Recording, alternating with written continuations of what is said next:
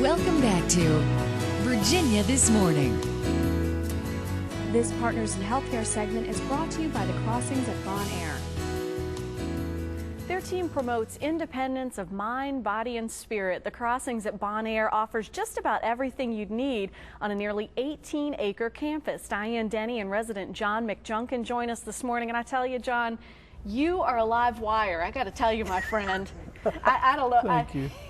Thanks for coming in. Let's try to keep the wire going and live. It's true. Well, hey, that's a good start, right? We'll get back to the dancing and the piano playing from yesterday. But first, Diane, tell me a little bit about the Crossings at Bon Air.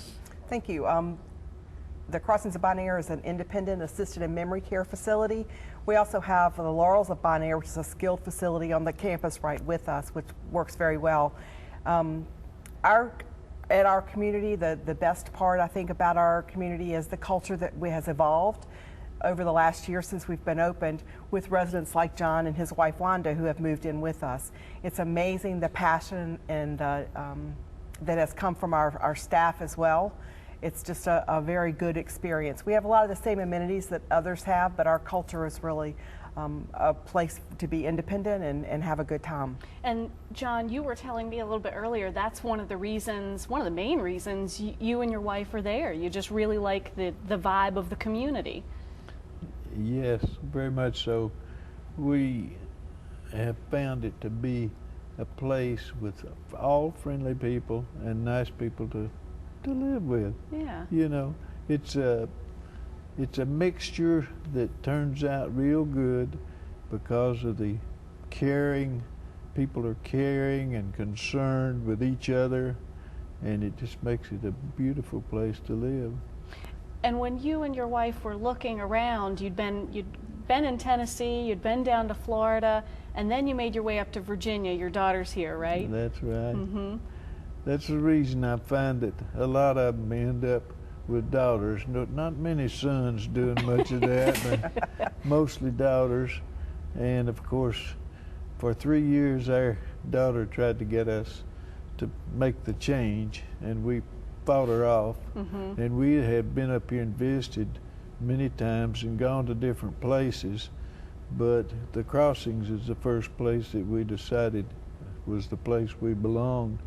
So it's worked out just wonderfully. I think you bring up a great point. A lot of times between the children and the parents, children want the parents to start exploring it. You guys say, no, it's not time. And then when you look into it, you found this was kind of nice. And when you really decide to make the change, generally you know it's time. I mean, you need some assistance and you don't want to put it all on your children. Mm-hmm. I think another point there is that there's so many times where people do put that off, and if they would just come on in a little bit earlier, and I think John and Wanda are perfect examples of that, where they really have a good time, they enjoy their time, and if you wait too long, you can't enjoy some of the amenities that they do have. And between the piano playing, the dancing, and that happy hour and wine wisdom night, I'm going to sign up pretty soon. Yeah, you coming over to visit? Yes, we are. It's a little bit early, but hey, you can visit anytime. We'll start exploring it. Now, Diane, you were telling me about this continuum of care. You know, a lot of communities have the amenities you've mentioned, but there is a really nice, friendly vibe here. But tell me about the continuum of care.